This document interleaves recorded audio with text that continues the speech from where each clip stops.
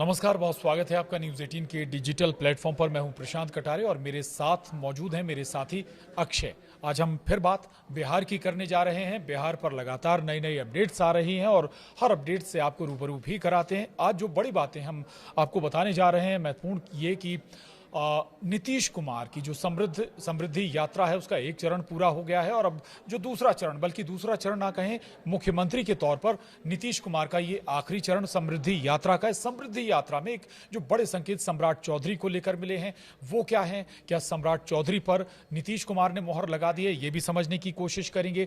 दूसरी और दो तीन बातें हैं उस पर भी कि आखिर नीतीश कब इस्तीफा दे सकते हैं, चूंकि अब राज्यसभा में वो पहुंच गए हैं और दो सदनों के वो सदस्य हैं, यानी एक सदन से उन्हें इस्तीफा हर हाल में देना होगा 14 से 15 दिनों के अंदर।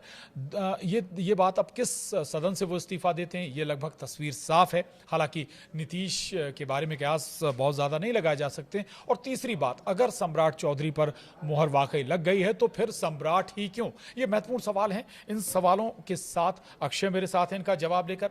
अक्षय, समृद्धि यात्रा चल रही है, उसमें सम्राट चौधरी सबसे ज़्यादा नज़र भी आ रहे हैं नीतीश मुख्यमंत्री नीतीश कुमार के साथ। दूसरा, जो लगातार संकेत वो दे रहे हैं, ऐसा लग रहा है कि लगभग उन्होंने ग्रीन सिग्नल दे दिया है सम्राट के लिए। बिल्कुल, बताइएगा क्या क्या हुआ। पूरे बिहार वासियों को प्रणाम, नमस्कार। देखिए, सबसे जो है अहम देखने को मिला, जमुई में नीतीश कुमार पहुंचे थे। समृद्धि यात्रा उनकी चल रही है, तो वहां पर उन्होंने सम्राट चौधरी का जो है कंधे पर हाथ रखा और कहा अब जो काम करेंगे सो यही करेंगे, जो काम देखेंगे अब सो यही देखेंगे। और उन्होंने कहा कि मतलब अब आगे यही सब काम संभालेंगे। और दूसरा कि उन्होंने कहा कि इनका आप समर्थन करें, और उन्होंने कहा, हाथ उठा करके जो है समर्थन के लिए ताली बजवाई। तो इस अभी के जो मतलब समय है, नीतीश कुमार का जो समय है, वो लगभग समृद्धि यात्रा का अंतिम चरण कहा जा रहा है। और ऐसे वक्त में नीतीश कुमार जब जो राज्यसभा भी जा रहे हैं, राज्यसभा के सदस्य भी बन चुके हैं, जीत चुके हैं, वो निर्वाचित हो चुके हैं, और ऐसे वक्त में अंतिम यात्रा के वक्त में जब सम्राट चौधरी को पीठ थपथपाना या फिर उनके लिए अपील करना, उनके लिए समर्थन मांगना, तो राजनीति में ऐसे वक्त में जो इशारे होते हैं उसके कई मायने होते हैं। तो यही अगर हम मायने निकालते हैं तो कहीं ना कहीं ये क्लियर है कि लगभग सम्राट चौधरी जो है मुख्यमंत्री बनने जा रहे हैं। और नीतीश कुमार भी चाह रहे हैं कि जो आगे का जो काम है वो सम्राट चौधरी ही देखे। आप मतलब मतलब ये नहीं है, पहला ऐसा नहीं है घटना कि अचानक से नीतीश कुमार जाते हैं और जो है सम्राट चौधरी का हाथ उठाते हैं। इसके पहले भी हमने समृद्धि यात्रा के दौरान ही देखा है कि कई बार नीतीश कुमार सम्राट चौधरी का जो है हाथ उठाए, सम्राट चौधरी का पीठ थपथपाए। और आज जमुई में तो उन्होंने क्लियर ही मतलब बहुत सारे वहाँ पे नेता थे, विजय चौधरी भी मौजूद थे, श्रेयसी सिंह थी, और उसके बाद और भी कई सारे नेता थे वहाँ पे मौजूद। वहाँ पे उन्होंने सम्राट चौधरी का जो है पीठ थपथपाते हुए कहा कि अब जो भी है सारा काम यही देखेंगे। तो इसके कई मायने हैं। अब ये मायने क्या हैं, क्या वाकई में नीतीश कुमार ये लगभग ये कहना चाह रहे हैं, संकेत देना चाह रहे हैं कि अब सम्राट चौधरी जो है मुख्यमंत्री बनने जा रहे हैं। और दूसरा कि एक पहलू और भी जो है कयास लगाए जाते हैं या फिर विरोधी सवाल उठाते हैं। तेजस्वी यादव ने जैसे एक बार कहा था कि सम्राट चौधरी जो है चढ़ाते बहुत हैं, मतलब झाड़ पे बहुत चढ़ा देते हैं, और फिर कब पता चले कि जैसे तेजस्वी यादव ने कहा था कि एक इंटरव्यू में उन्होंने कहा था कि बहुत चढ़ाते, कि तेजस्वी यादव को नीतीश कुमार कहते थे कि अब सारा काम तो तुम ही लोगों को देखना है, जो है तुम ही लोग हो। और बाद में पता चला कि वो बीजेपी के साथ मिल जाते हैं और फिर मुख्यमंत्री नीतीश कुमार होते हैं, और तेजस्वी यादव अभी तो जो है। तो ये संकेत तेजस्वी कह रहे हैं कि अभी कुछ और उलट पलट हो सकता लेकिन है। ऐसे भी सवाल उठते हैं, ऐसे भी सवाल उठते हैं। लेकिन वर्तमान स्थिति में अगर नीतीश कुमार को लेकर के बात करें तो नीतीश कुमार उस स्थिति में वर्तमान में नहीं है कि अब कुछ बहुत उलटफेर कर सकते हैं। लेकिन ये भी कहना मुश्किल है कि अभी देखिए, सबसे पहले तो हम बात करते हैं कि नीतीश कुमार कब तक बिहार में है। सबसे बड़ा सवाल, चूंकि राज्यसभा का चुनाव हो चुका है और नीतीश कुमार जीत भी गए हैं, निर्वाचित हो चुके हैं, तो अब ये कब जो है कब तक नीतीश कुमार मुख्यमंत्री रहेंगे। तो सबसे पहले वो बिहार विधान परिषद के सदस्य हैं। बिल्कुल ठीक बात है। तो एक सदन में जैसे राज्यसभा के सदस्य वो हो चुके हैं, तो एक सदन से होते हुए दो सदनों में आप जो है जो कानून कहता है, प्रतिनिधित्व कानून जो कहता है कि आप 14 दिन तक जो है दो सदनों का सदस्य नहीं रह सकते हैं। बिल्कुल ठीक। तो ऐसे में वो लगभग 14 दिन के अंदर में उनको जो है एक सदन से इस्तीफा देना पड़ेगा। दूसरा कि आखिर वो तारीख क्या थी, यानी 16 तारीख को जो है नीतीश कुमार जो है जीते थे, राज्यसभा में पहुंचे हैं। तो अब ये 14 दिन उनका लगभग हो जाएगा।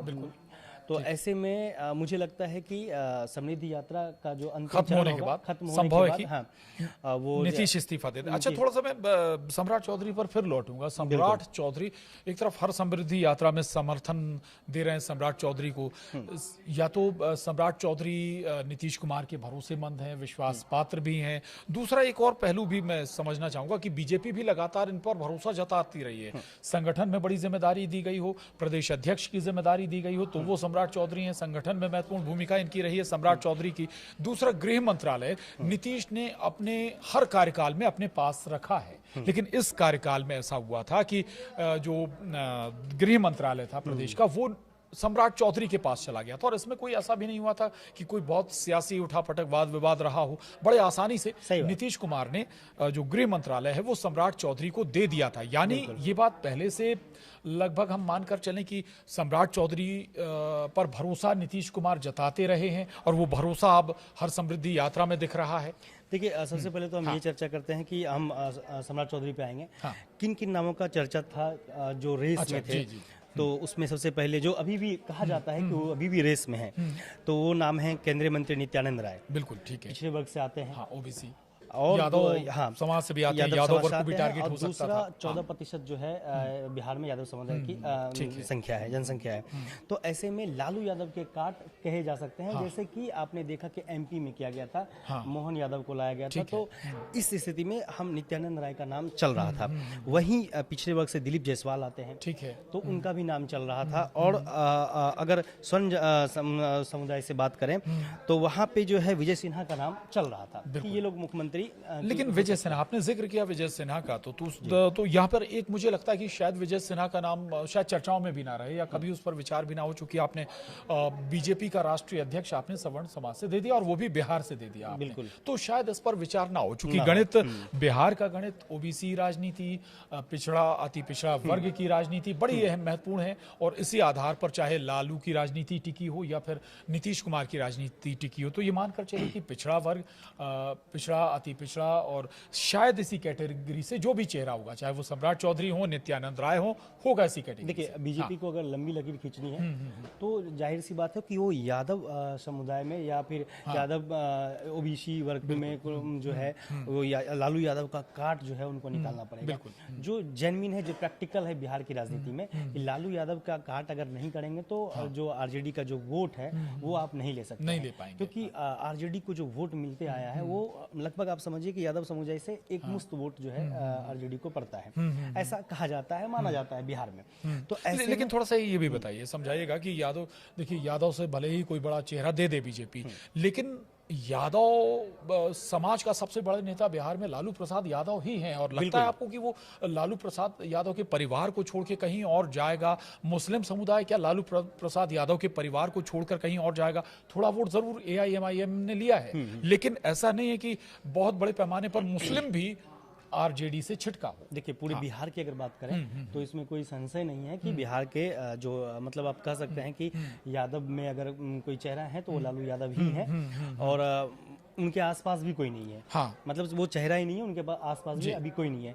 लेकिन अगर जिलेवार तरीके से देखेंगे तो कहीं ना कहीं लोग जो है इसका काट निकाल के लाते हैं।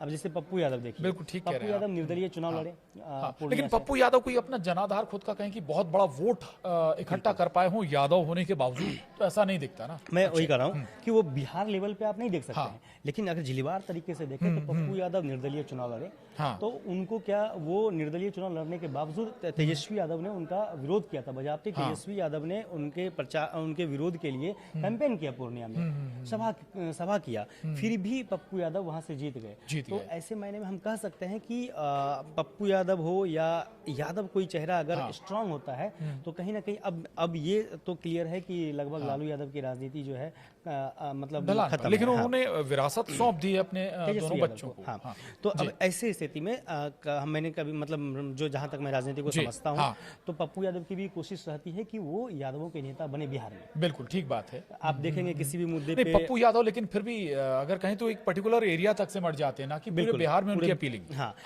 लेकिन अब वही नित्यानंद राय मतलब का जो है नाम मैं इसलिए बोल रहा हूँ कि कहीं ना कहीं मेरे ख्याल से बीजेपी जो है एक काट नित्यानंद राय का नाम जो है अगर चल रहा है तो इसीलिए चल रहा है कि ताकि एक चेहरा बने और यादवों का जो भरोसा है वो बीजेपी जीत सके और आने वाले टाइम में बीजेपी बहुत लंबी लकीर जो है बिहार में खींच सके। पहला। दूसरा, अब सम्राट चौधरी पे आते हैं। सम्राट चौधरी ही क्यों? तो सम्राट चौधरी देखिए ओबीसी वर्ग से आते हैं। पहला। दूसरा, अब सम्राट चौधरी के साथ क्या कि शकुनी चौधरी और नीतीश कुमार, लालू यादव, ये सब एक सर्किल के लोग थे, मित्रवत थे। तो कहीं ना कहीं नीतीश कुमार को लेकर के एक सॉफ्ट कॉर्नर सम्राट चौधरी को लेकर रहता होगा, जहां तक मैं समझ रहा हूं। और पार्टी में भी सम्राट चौधरी को जो है दायित्व मिला है। पहले उनको बिहार बीजेपी का प्रदेश अध्यक्ष बनाया गया और उसके बाद वो जो है अभी देखिए आपने सही कहा कि उनको गृह मंत्रालय जो अभी तक नीतीश कुमार अपने पास रखा था, लगभग 2005 से अभी तक नीतीश कुमार ने अपने पास रखा था। लेकिन उसके बाद अभी जो वक्त में जब जीत हुई उसके बाद जो है वो सम्राट चौधरी के हाथ में चला गया और उसमें नीतीश कुमार ने कोई नाराजगी भी व्यक्त नहीं की। आप समृद्धि यात्रा के दौरान भी देखिए नीतीश कुमार सम्राट चौधरी एकदम कदम से कदम मिलाकर चलते हुए नजर आएंगे। बिल्कुल। तो ऐसे में ये कहना कि मतलब कि सम्राट चौधरी बीजेपी के लिए भी पसंदीदा चेहरा है और नीतीश के भी पसंदीदा है, इसलिए ये क्लियर कहा जा रहा है कि सम्राट चौधरी जो है मुख्यमंत्री होंगे। लेकिन एक बात जरूर कह सकते हैं यहाँ पे अक्षय कि इस बार अगर वाकई सम्राट चौधरी मुख्यमंत्री होते हैं, मुख्यमंत्री की चूंकि सम्राट चौधरी नीतीश कुमार की भी पसंद है, बीजेपी की तरफ से भी भरोसेमंद चेहरे के तौर पर आते हैं, तो बीजेपी इस बार चौंका नहीं पाएगी, चौंका नहीं रही है बीजेपी। बिल्कुल, कहीं कहीं पे वही मैं बता रहा हूँ कि हर जगह की स्थिति अलग होती है, चाहे वो एमपी की बात हो, चाहे हम लोग छत्तीसगढ़ की बात करते थे, राजस्थान की बात करते थे, लेकिन बिहार का जो राजनीति है वो कुछ अलग है और वहाँ पे नीतीश कुमार का सहारा आपको लेना ही पड़ेगा बीजेपी को। बिल्कुल। लिहाजा नीतीश कुमार की पसंद और नापसंद को देखा जाएगा, तो इसलिए आप चौंका नहीं सकते हैं। बिहार में जो है चौंकाने की स्थिति बीजेपी के लिए भी नहीं है। और दूसरी चीज की वो चेहरा अभी तक जो है मेरे ख्याल से इसको समझ में नहीं आ रहा है कि बीजेपी के लिए भी कि अब कौन से चेहरे होंगे।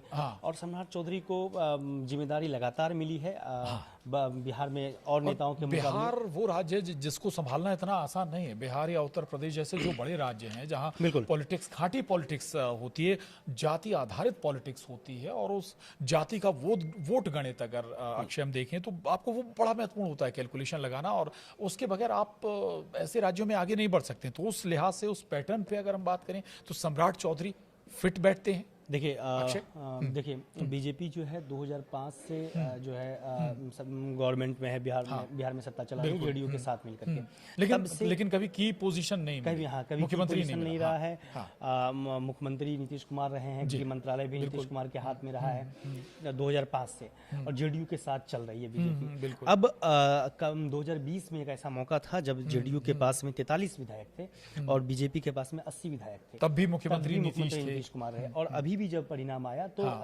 जाहिर सी बात है कि बीजेपी की संख्या ज्यादा है, फिर भी मुख्यमंत्री नीतीश कुमार को ही बनाया गया था।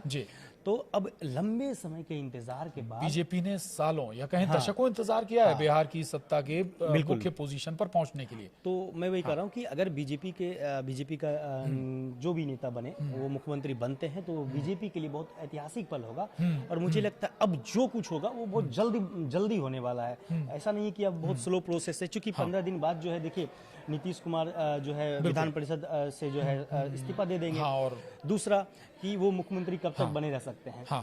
तो हालांकि अगर मुख्यमंत्री तो वो 6 महीने तक राज्यसभा में रहने के बावजूद भी बने रह सकते हैं, लेकिन मेरे ख्याल से ये 15 अप्रैल तक जो है कोई ना कोई जो है किन्हीं को गद्दी सौंपी जाएगी और मुख्यमंत्री नीतीश कुमार की विदाई बिहार से होने वाली है। चूंकि 15 अप्रैल के बाद जो है 15 अप्रैल तक जो है खरमास भी खत्म हो जाएगा। और दूसरा यहाँ से एक बड़ी चीज है कि बिहार से बंगाल को एक संदेश देना। बंगाल बहुत महत्वपूर्ण इलेक्शन है, बीजेपी की महत्वाकांक्षा बंगाल को लेकर बहुत ज्यादा है, क्योंकि बंगाल में भले ही पिछली बार सत्ता भले ही ना मिली हो, लेकिन सीटें बहुत बढ़ गई थी, वोट प्रतिशत बहुत बढ़ गया था और अब आशा है बीजेपी को कि इस बार जो 10-12% का जो डिफरेंस है उस डिफरेंस को बैलेंस कर ले। और बैलेंस चूंकि आप कह भी रहे हैं कि पड़ोसी राज्य है तो उसका कितना इफेक्ट होगा, तो थोड़ा ये जरूर समझाइएगा, क्योंकि बहुत सारे बिहार के लोग बंगाल में जाकर काम कर रहे हैं, बंगाल में जाकर उनका व्यापार हो रहा है, नौकरी कर रहे हैं, छोटे छोटे उद्योगों में काम कर रहे हैं, तो उसका इफेक्ट क्या वहां पड़ेगा क्या? मैं बता रहा हूं कि देखिए बिहार और बंगाल जो है पड़ोसी राज्य है। आसपास कई ऐसे जिले हैं जो जैसे अररिया हो गया, फरबिसगंज हो गया, किशनगंज हो गया, तो ये सब एरिया जो इलाका है ये सब लगभग बंगाल से सटे हुए इलाके हैं। तो वहाँ से बिहार से बंगाल को एक मैसेज जाएगा। आप समझिए, अगर बिहार में मुख्यमंत्री होते हैं बीजेपी से, बिल्कुल, तो बीजेपी के जो कार्यकर्ता बिहार के हैं वो तो उत्साहित होंगे ही, उनमें वो ऊर्जावान तो होंगे ही, साथ ही साथ बंगाल के जो कार्यकर्ता हैं वो भी उत्साहवर्धन उनका भी होगा, वो भी ऊर्जा से जो है मतलब लवरेज होंगे। हाँ, और वो चौगुनी शक्ति के साथ फिर वो मैदान में खड़े हो जाएंगे। क्योंकि आप देखिए, अभी तक बिहार में मुख्यमंत्री नहीं हुए थे और बंगाल में भी अभी तक जो है नहीं हुआ है कभी, तो इवन सत्ता में भी नहीं आई कभी। ऐसे स्थिति में एक बहुत बड़ा मैसेज बिहार के जरिए बंगाल जाएगा और सारे कार्यकर्ता इससे जो है मजबूत होंगे और वहां से बहुत बड़ा मैसेज देने की बीजेपी की कोशिश है, बीजेपी की रणनीति मुझे लग रही है। इवन बिहार से जुड़े बड़े नेता, संगठन से जुड़े बड़े नेता, उनकी ड्यूटी भी बंगाल इलेक्शन में संभव है लगाई जाए। तो ये देखना होगा भविष्य में कि भाई ये लगभग तस्वीर साफ है, और जो चूंकि नीतीश कुमार की जो समृद्धि यात्रा है उससे एक संकेत लगभग बहुत स्ट्रॉन्ग मैसेज मिल रहा है कि भाई मुख्यमंत्री अब बिहार का कौन होने जा रहा है, मुख्यमंत्री नीतीश कुमार का अगला स्टेप क्या होगा, और इसका बिहार पॉलिटिक्स का या बिहार में बीजेपी के हाथ में सत्ता के तौर पर या कहें मुख्यमंत्री का पद मिलने का असर बंगाल में क्या होगा, ये भी बड़ा महत्वपूर्ण यहां पर हो जाता है। आगे भी बिहार से जुड़ी तमाम अपडेट, बिहार पॉलिटिक्स से जुड़ी तमाम अपडेट हम आप तक पहुंचाते रहेंगे। आज के इस वीडियो में इतना ही। नमस्कार।